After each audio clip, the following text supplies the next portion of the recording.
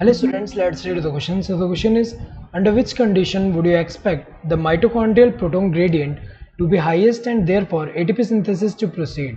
पूछा गया है कि इनमें से कौन सा कंडीशन में जो माइटोकॉन्ड्रियल प्रोटॉन ग्रेडियंट जो होगा वो हाईएस्ट होगा, जिसकी वजह से एटीपी सिंथेसिस जो होगा वो प्रोसीड होगा। तो यहाँ पे पायरुवेट का बताना है कि पायरुवेट प्रेजेंट होना चाहिए एब्सेंट, ऑक्सीजन प्रेजेंट होना चाहिए एब्सेंट, एटीपी लेवल हाई होना चाहिए लो। तो अगर हम देखें सबसे पहले पायरुवेट की अगर हम बात करें तो ये जो माइटोकॉन्ड्रियल प्रोटॉन ग्रेडियंट हाईएस्ट और एटीपी सिंथेसिस जो प्रोसीड हो रहा है इसके लिए पायरुवेट जो है ये क्या होना चाहिए, प्रेजेंट होना चाहिए।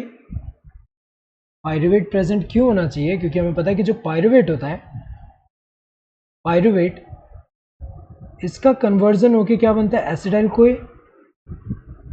एसिडाइल कोए एंड एसिडाइल कोए कहाँ पे एंटर होगा, क्रेब्स साइकिल। क्रेब्स साइकिल में एंटर होगा। तो यहाँ पे जो ग्लाइकोलिसिस इसके आगे जो ग्लाइकोलिसिस हो रहा है, देन लिंक रिएक्शन, देन ये जो क्रेब्स साइकिल, इनसे क्या प्रोड्यूस हो रहा है, इनसे जो NADH2 प्रोड्यूस हो रहा है एंड जो क्रेब्स साइकिल से जो FADH2, इनका क्या होगा, इनका फर्दर क्या होता है, ऑक्सीडेशन होगा। कहाँ पे, इलेक्ट्रॉन ट्रांसपोर्ट सिस्टम जो होगा वहाँ पे ऑक्सीडेशन होगा। और ऑक्सीडेशन से हमें पता है कि जब ऑक्सीडेशन होगा कॉम्प्लेक्सेस में, सो जो first third and fourth complex है वो प्रोटॉन पंप करेगा इंटरमेम्ब्रेन स्पेस के टुवर्ड। सो यहाँ पे अगर हम देखें तो वो ग्रेडियंट फॉर्म करेगा, कंसंट्रेशन इंक्रीज होगा प्रोटॉन का। तो पायरुवेट अगर यहाँ पे एब्सेंट होगा तो हमें पता है कि आगे फर्दर ये जो इतना प्रोड्यूस नहीं होगा, तो प्रोटॉन ग्रेडियंट फॉर्म नहीं होगा। तो अगर देखा जाए तो पायरुवेट का तो प्रेजेंस होना जरूरी है।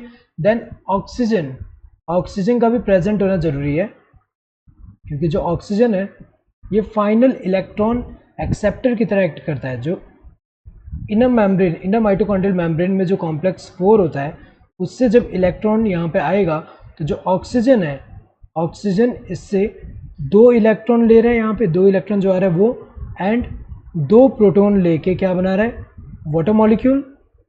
ये क्या बना रहा है, वाटर मॉलिक्यूल बना रहा है। और बैलेंस के लिए यहाँ पे हाफ कर दे तो यहाँ बैलेंस हो जाएगा। तो यहाँ पे जो ये जो है अगर हम देखें इनर मेम्ब्रेन में डिफरेंट और भी कॉम्प्लेक्स होते हैं, जो 1 2 3 एंड ये वाला जो 4 है, फोर्थ वाले कॉम्प्लेक्स से इलेक्ट्रॉन जो जा रहा है ये कौन एक्सेप्ट कर रहा है, फाइनल एक्सेप्टर ऑक्सीजन है। तो इसका भी प्रेजेंस होना जरूरी है। ये प्रेजेंट होगा इलेक्ट्रॉन तभी यहाँ पे, अगर हम देखें ऑक्सीजन प्रेजेंट होगा, ऑक्सीजन प्रेजेंट होगा तभी यहाँ पे इलेक्ट्रॉन ये एक्सेप्ट करेगा। और हमें पता है कि इलेक्ट्रॉन ट्रांसफर जब हो रहा है तो फाइनली एक एक्सेप्टर होना चाहिए। और इसके साथ साथ में अगर हम देखें प्रोटॉन जो है ये क्या होगा, ये जो कॉम्प्लेक्सेस होगा, कॉम्प्लेक्सेस से प्रोटॉन पंप होगा इंटर मेम्ब्रेन स्पेस के टुवर्ड। तो ये जो है ऑक्सीजन का यहाँ प्रेजेंट होना जरूरी है। तो ये दो तो है। एटीपी लेवल क्या होना चाहिए, एटीपी लेवल जो है ये क्या होना चाहिए, लो होना चाहिए। क्योंकि हाई होगा तो ऑलरेडी एटीपी यहाँ पे है तो एटीपी सिंथेसिस की जरूरत नहीं है, और एटीपी लेवल लो होगा तो एटीपी सिंथेसिस की जरूरत होगी। तो कंडीशन कैसा होना चाहिए, पायरुवेट प्रेजेंट होना चाहिए, इन तीनों प्रेजेंट है, इसमें एब्सेंट है तो ये गलत है। ऑक्सीजन क्या होना चाहिए, प्रेजेंट होना चाहिए, इन दोनों प्रेजेंट है, इसमें एब्सेंट है तो ये भी गलत है। देन जो एटीपी लेवल है वो लो होना चाहिए, यहाँ हाई लिखा है तो गलत है, यहाँ लो सही दिया है। Correct answer would be the second one. Hope you understood the question. Thank you and all the best.